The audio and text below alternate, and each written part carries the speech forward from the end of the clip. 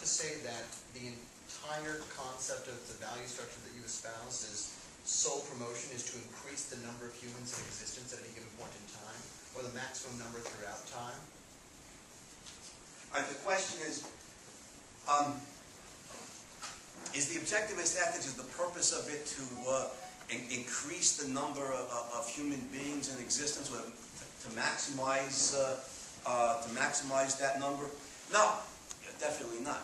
The purpose of the objectivist ethics is for any individual human being alive at any given time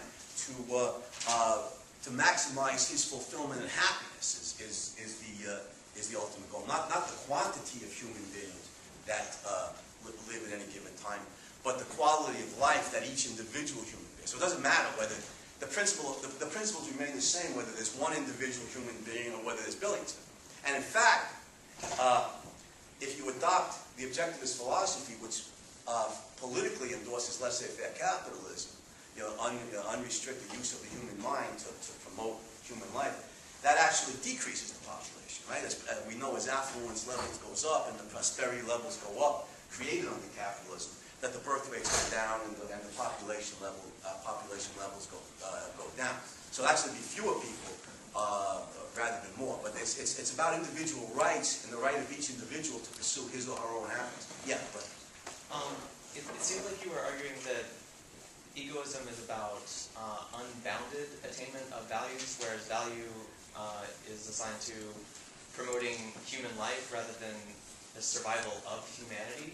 So I guess I would just want to ask, like, what do you think about the argument that an element to the survival of an egoistic creature would be the consideration of the survival of its species as a whole, and understanding that while attaining, as many things of value for itself as possible is a good thing in an infinite universe, we live on a planet with finite resources, and therefore you can't take everything for yourself, because then nobody else has anything, and then eventually you run out of things too.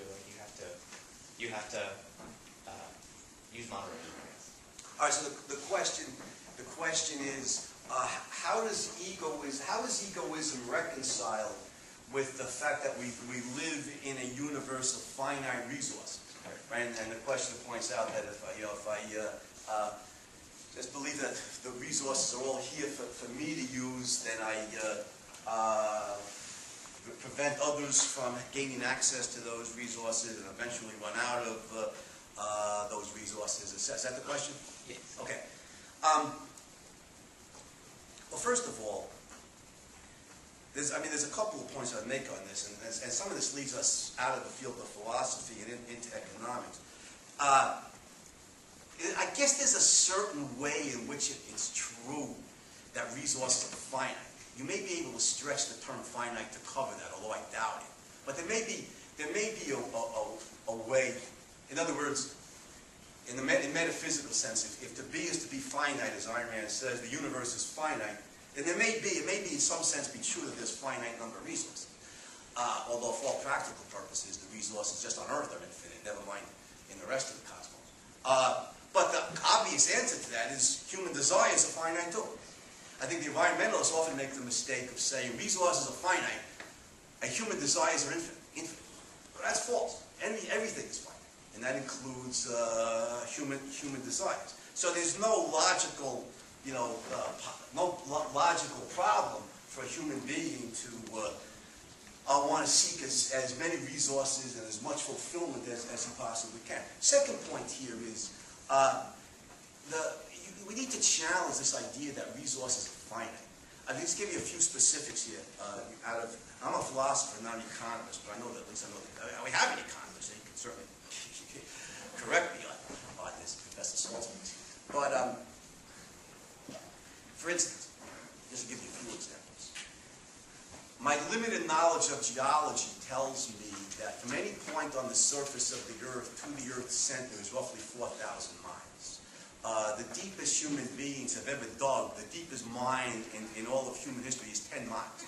We've literally done nothing but scratch the surface of the Earth. And as many economists have pointed out, the Earth is a solidly packed ball of raw materials that for all practical intents and purposes is infinite. We will not exhaust millions of years, never mind, in thousands of years. If that's not enough, there's this big old thing out here that orbits around the Earth. It's called the moon. Nobody lives there. Would that they did. It would be easier for us if they did, but there's nobody there. So we could travel to the moon. We've already been there. It can develop the moon, which is also a solidly packed ball of matter.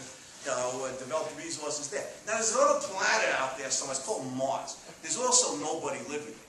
You get the idea. It would actually be better for us if there were intelligent life there, because they could mine all these resources and we could trade with them. Just as international free trade benefits everybody, Adam Smith identified that a long time ago, so would interplanetary free trade benefit everybody. But unfortunately, there's nobody there, so we have to do the work. We have to do the work ourselves. But as far as resources being infinite, that's just, being finite, that's just false. And furthermore, last point I want to make on this is I agree with the great American economist Julian Simon, who made a point in his book, The Ultimate Resource, that's very similar to the point Ayn Rand makes in Atlas Shrugged. And that is, Professor Simon points out the ultimate natural resource is not oil or coal or iron or fertile agricultural lands or anything like that. The ultimate resource is this, the human mind. The free-thinking human mind operating in a capitalist system, operating under conditions of individual rights and political economic freedom. Because everything, literally everything, can be used to benefit human life. Example A, they use ordinary, everyday, garden variety sand for fiber optic cables and telephone technology to replace copper. You could use animal feces and human feces. Everything is a possible resource. It only takes the freedom of the human mind to identify the uses for it. One example out of many is, for many years, this black, viscous fluid bubbled up out of the land in western Pennsylvania, annoying the hell out of the farmers because it ruined their farmland. Nobody knew what it was or what they could do with it. Eventually, some bright boy, if I remember correctly, was a chemist at Yale, figured that this stuff, which is called oil, by the way, could be used as a brilliant illuminant to light houses, heat homes, eventually to drive automobiles, etc. And it remained for somebody like John D. Rockefeller Sr. at Standard Oil to unify the oil industry, produce enormous quantities of it, drive the price way down, and make it possible for human beings to heat their homes or drive their cars, make possible Ford's ability to revolutionize personal transportation because he had cheap oil made possible by Rockefeller, etc., etc. So the free-thinking human mind is the ultimate resource, and we are never going to run out of resources. It's not only unlikely, it's impossible.